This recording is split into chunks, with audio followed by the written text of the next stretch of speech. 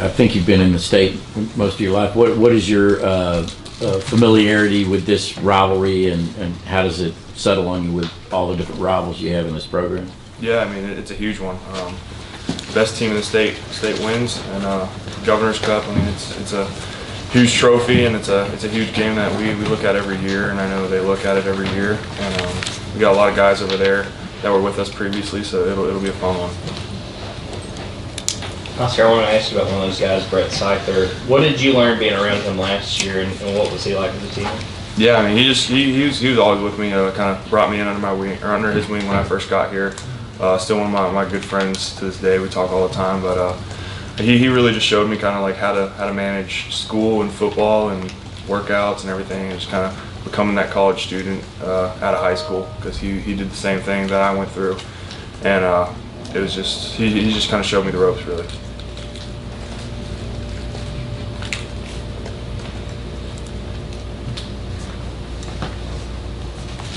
I guess just speak to the environment you guys played in Saturday and what the message was in the locker room in terms of just handling the crowd noise and all that stuff. Yeah, I mean, it was crazy. It was a fun place to play at, huge stadium.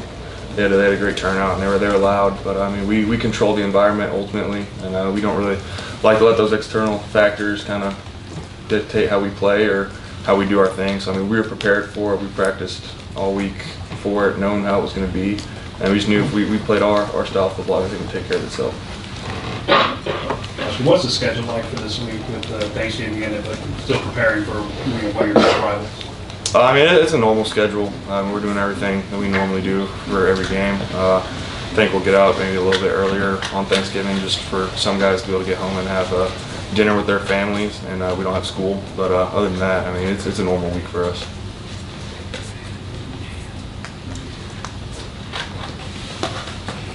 Oscar, what do you feel like it says about y'all's offensive line that Saturday Tate gets hurt, Micah and Dylan come in and they continue to play as well as they did after that injury?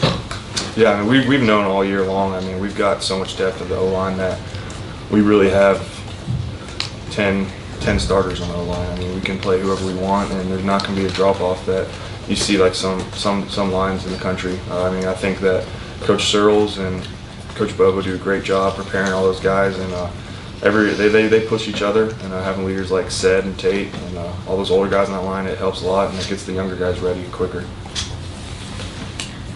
This is sorry for bringing up something negative. You had a drop in the game. It was pretty up. One of those almost too open kind of situations. But I just wonder internally, or is there like internal repercussions? Obviously, that would be a negative grade on that particular play. But like, I mean, do you do something just up downs or something when you come in on Monday and they review the tape, and just how do you approach it when something like that happens that clearly you didn't want to?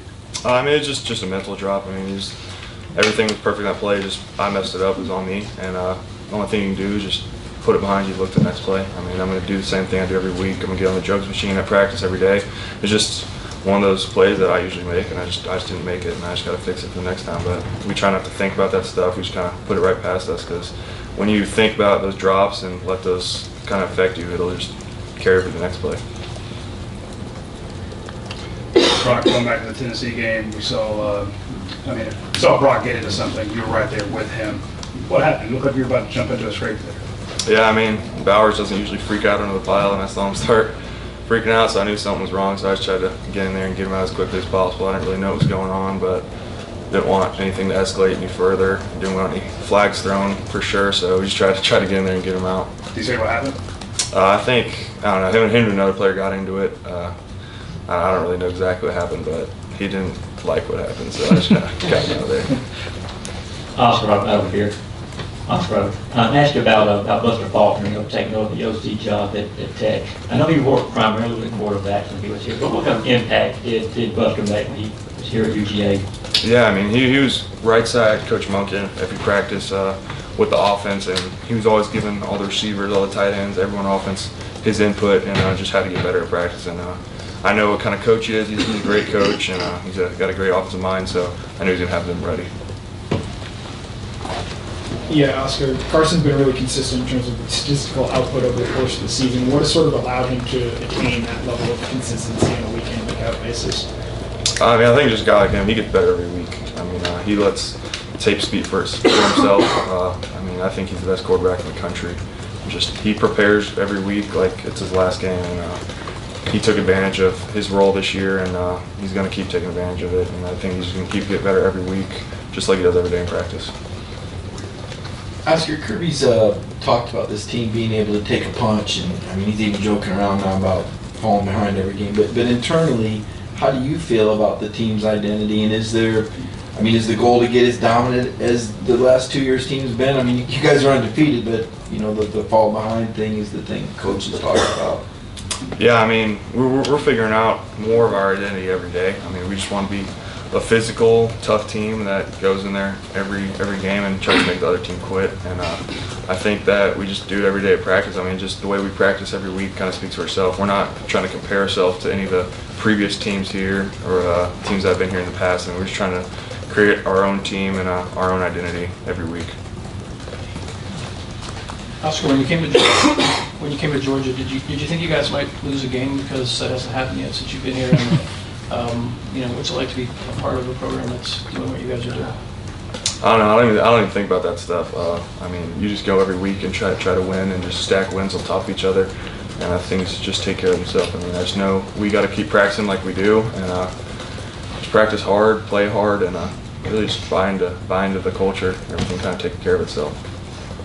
So I know y'all watch more film on Tech throughout the week. So what's your first impression of this Georgia Tech team and what it's been able to do this season? Bowl eligible, first year under Brett Key. Yeah, I mean they're a great team. It's gonna be a dogfight. We're really gonna bring their best game. They've got really explosive offense. They've got some big players on defense, and they got a lot of guys that we've had previously in our program. And I just know how Coach Faulkner's running their offense is kind of similar to ours. And I mean they're an explosive team, and they've won their last 2 games, and I mean they're gonna come ready to play on Saturday. Sort of a random question, but what are your rules about phones, like in meetings or wherever when you're in the building? I mean, it's really just a given rule. I mean, when we're in meetings and stuff, no one has their phones with them. Everyone's just kind of locked in. It's almost like being at school, being in class. I mean, you're not gonna have your phone out. I mean, when you're at the facility by yourself, not doing anything, I mean, you can have your phone with you at all times and everything. I mean, we don't film in the locker room or any stuff like that, but really it's just when you go into meetings and going out to practice, no one has their phones. It's just kind of a given.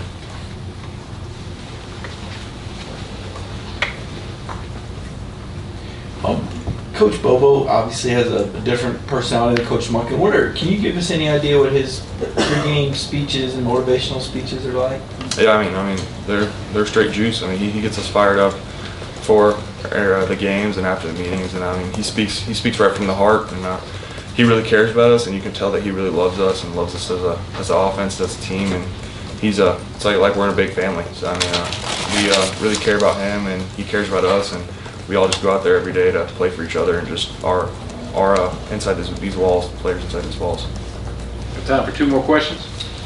It seemed like Carson was getting the ball out really quickly Saturday. A couple of balls jumped on Brock pretty quickly. Have you ever been running around and been like, all right, I need to snap my head around much faster? Have you ever caught one off the face, essentially, is what I'm asking you? Because these quarterbacks nowadays, they throw the ball really, really quickly and on top of it. Oh yeah, I mean, definitely. I mean, it's all part of timing, and that's what we work at every day in practice. And different teams you play, you got to speed things up or kind of slow things down, just depending on who you're going against and the personnel you're going against. And just really kind of you find that rhythm with you and your quarterback, especially Carson, and just everything we do at practice. I mean, he's always going to put the ball there at the right time in the right spot, and it's great to have a quarterback like that. And we just kind of got to adjust to it and just kind of. I mean, he's going to make us right. Another Carson question, but you said you thought he was the best quarterback in the country, and it's interesting that he's not going to stump for himself. But in the whole Heisman conversation, we all understand why his numbers aren't what those are because of the way you play. But do you feel like your quarterback should be in that, at least invited to New York? Yeah, I mean, definitely. I mean, you see what he does on film every day, and I think his film speaks for itself. And I mean, it's not like his stats are bad. I mean, you can look at quarterbacks that have been there previously, and I mean, I think he deserves a spot in New York. Thank you.